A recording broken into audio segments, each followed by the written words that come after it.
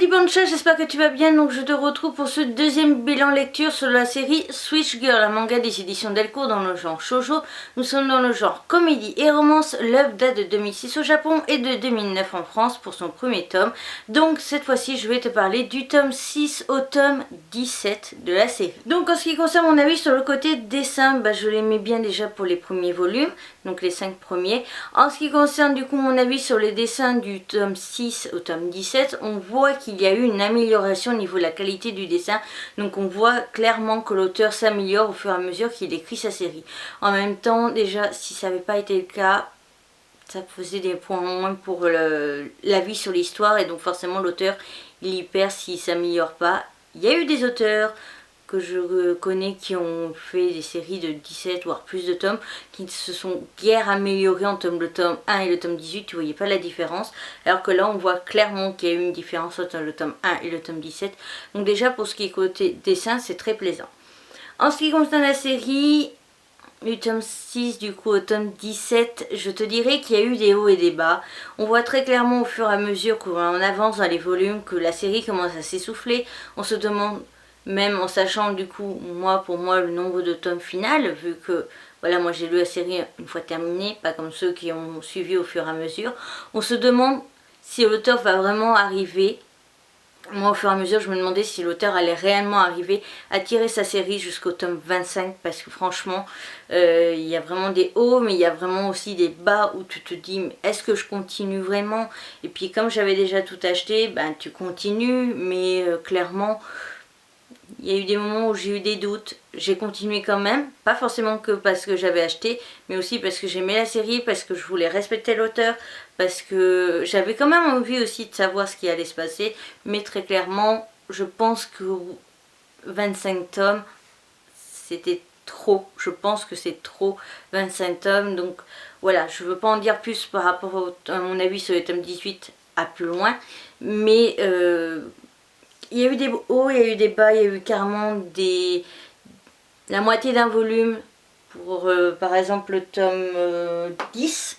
Pour le tome 10, il y a carrément eu plus de la moitié du volume où c'était un flop. Donc franchement voilà, c'est à acheter au fur et à mesure, à ne pas faire comme moi où j'ai tout acheté d'un coup en me disant ouais mais j'adore, c'est bon, c'est pas grave, je peux y aller franco et tout.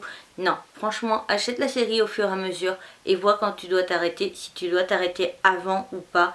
Parce que personnellement, je trouve qu'on voit au fur et à mesure que la série s'essouffle. Et même en atteignant le tome 17, tu te demandes comment l'auteur va faire pour aller jusqu'à 25 tomes. Donc du coup, j'ai mis la catégorie couverture à la fin tout simplement parce qu'il y en a 12 et que ça peut très bien ne pas intéresser tout le monde. Donc je préférais mettre mon avis en premier. Donc je ferai ça sûrement pour les grandes séries. Laisse-moi ton avis en commentaire, ça me ferait énormément plaisir. Donc on va parler du coup des couvertures. Je vais faire quand même très vite parce qu'il y en a 12.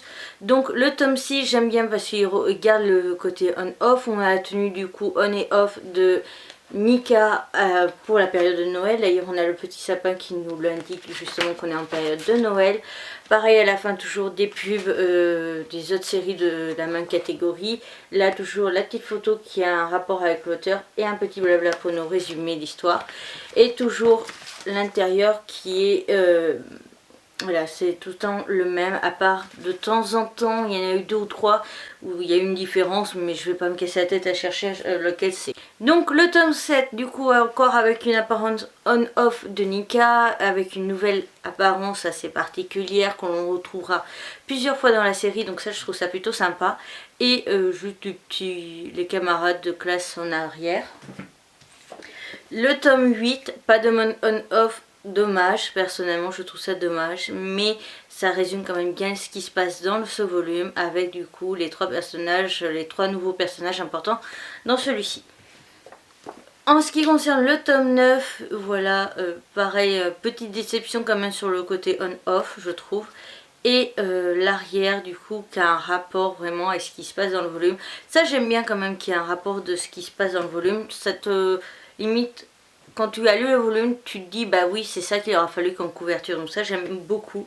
En ce qui concerne le mode on-off de cette fois-ci du tome 10, personnellement je n'ai pas trop aimé ce tome 10 parce qu'il y a eu un chapitre complètement bonus Je vais pas trop en dire parce que ça serait vraiment spoilé, mais j'ai pas trop aimé ce chapitre, donc voilà, de grosses déceptions sur ce volume. Mais ça s'est rattrapé après, à la fin des dernières pages et tout ça. Et donc l'arrière, avec toujours une vraie photo au fond et les personnages par-dessus et le résumé. Le tome 11 avec soi-disant un mode on-off qui est semi-faux, hein, parce que l'image c'est du bidon. C'est pas vraiment un mode off là, pas du tout. Du coup on a Arata et un de ses copains mis en avant, donc ça je trouve ça plutôt sympa, mais en même temps ils vont être très importants dans ce volume là, ils seront plus importants que Nika. D'autres personnages que l'on va découvrir dans ce volume là. Le tome 12 avec une couverture, bien que je suis déçue par rapport au côté, j'aurais vraiment aimé que l'auteur garde le mode on-off pour tous ses volumes, ses couvertures, mais la couverture en soi elle est top et le contenu de ce volume est aussi top que la couverture. Voilà. Et avec une couverture arrière assez particulière dont l'auteur sait faire. Donc le volume 13 avec pas du tout de mode on-off, bien qu'on ait quand même une image assez rigolote à là. Et l'arrière, voilà, une vraie photo avec les personnages par-dessus. Le tome 14. Donc j'ai eu beaucoup de mal à le lire parce qu'il y avait aussi un chapitre bonus avec ça, là, cette chose là. Donc vraiment j'ai eu du mal sur ce volume 14, mais bon. Voilà. Le volume 15, ça celui-là j'ai bien aimé, franchement je l'ai bien aimé. Avec l'arrière qui est sympa. Le volume 16, l'avant-dernier que je vais te présenter. Donc ça il était plutôt pas mal. J'ai bien aimé aussi ce volume. Et le tome 17, donc le dernier que je vais te présenter, qui est plutôt comique. Et on va avoir pas mal d'informations sur ce petit détail là à l'intérieur. Donc j'espère que cette vidéo t'aura plu. N'hésite pas surtout à me mettre en commentaire histoire de me dire si tu préfères que justement je garde le même contenu que d'habitude. Les informations de base, les couvertures et le résumé, enfin ma conclusion sur le nombre de volumes que je te présente. Ou si quand c'est un bilan lecture un peu trop long avec un peu trop de tomes, plus que 5-6, tu préfères que je te mette d'abord mon avis puis les couvertures, comme ça si tu n'en as rien à faire tu peux zapper, ou alors je le laisse comme avant mais je te mets un cadran pour te dire le temps. Voilà, donc je te retrouve bientôt pour une nouvelle vidéo. Sur ce, bye bye.